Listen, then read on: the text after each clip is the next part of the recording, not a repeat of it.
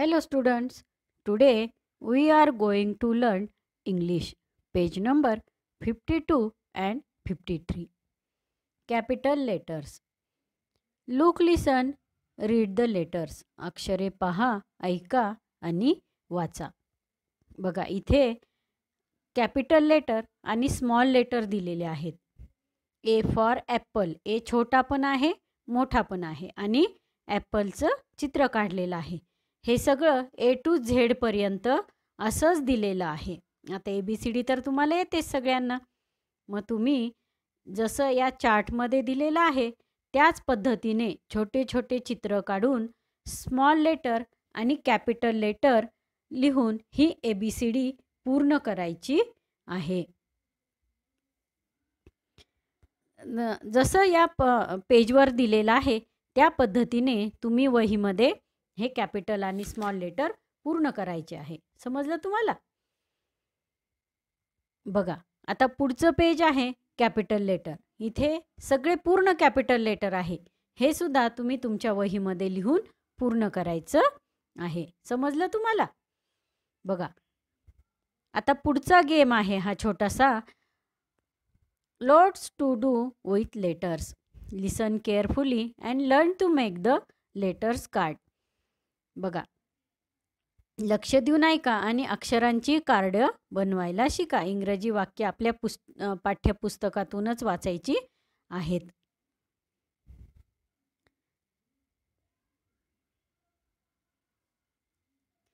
Listen carefully and learn to play with following game with letter cards.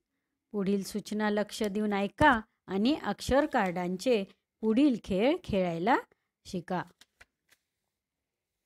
बघा look at the card and show a matching card. Look at this capital letter and show the small letter. बघा हा छोटासा game इथे घेतलेला आहे.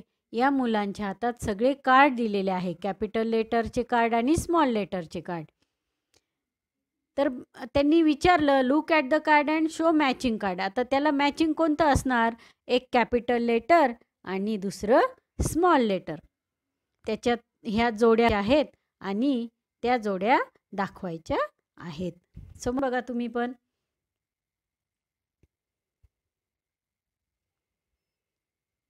पुढचा सुद्धा असाच गेम आहे. त्या कार्डवर कॅपिटल लेटर आणि स्मॉल लेटर दिलेले आहेत आणि त्याचे 2-2 किंवा 3-3 शब्द असलेले शब्द बनवायचे आहेत आणि त्याच्या जोड्यासुद्धा करायच्या आहेत. फ्रॉम एनी फोर नेम किंवा any four choice using your card. हे त्या कार्डनुसार त्या जोड्या बनवायच्या आहेत. समजलं तुम्हाला? बघा आता याच्यावर थोडासा स्वाध्याय पण दिलेला आहे. Write one word begin with each of the following letters ABCD.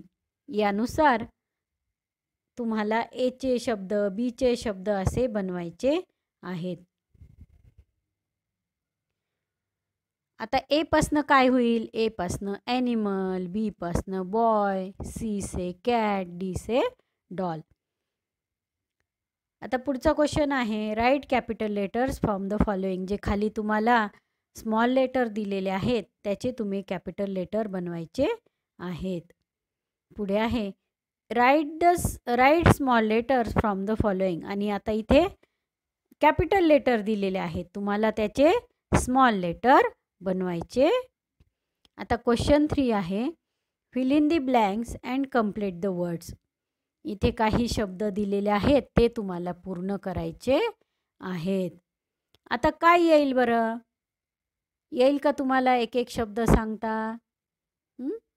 आता हे तुम्ही तुमच्या मनाने करायचं पूर्ण. समजलं? आणि हे सगळं वहीमध्ये लिहून काढायचं. इंग्लिशचा अभ्यास खूप सोपा आहे आजचा.